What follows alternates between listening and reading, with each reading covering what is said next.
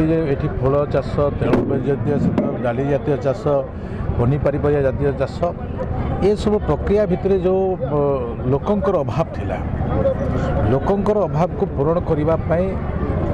यशस्वी प्रधानमंत्री नरेंद्र मोदी योजना भितर आज ओडिशा सरकार माननीय मुख्यमंत्री सहयोग करिसेंती उपमुख्यमंत्री केबी सिंह जीकर जो भावना अच्छी जे आमे सबू आत्मनिर्भर हो पार कम कम जमी थिबा सत्ते भी आमे आत्मनिर्भर हो पार। विभिन्न प्रकार कृषि जंत्रपाति प्रदर्शन कराई कृषि जंत्रपाति प्रदर्शन विभिन्न ब्लॉक रु आसी आमर एटार चाषी मैंने देखुं देखिक किणिक स्थल विशेष किणिक नौ यार उद्देश्य हूँ मुख्यतः केमती युव समाज किपरि चाष क्षेत्र में अधिक रु अधिक माने नियोजित हो निजर गुजराण मेटाई पारे।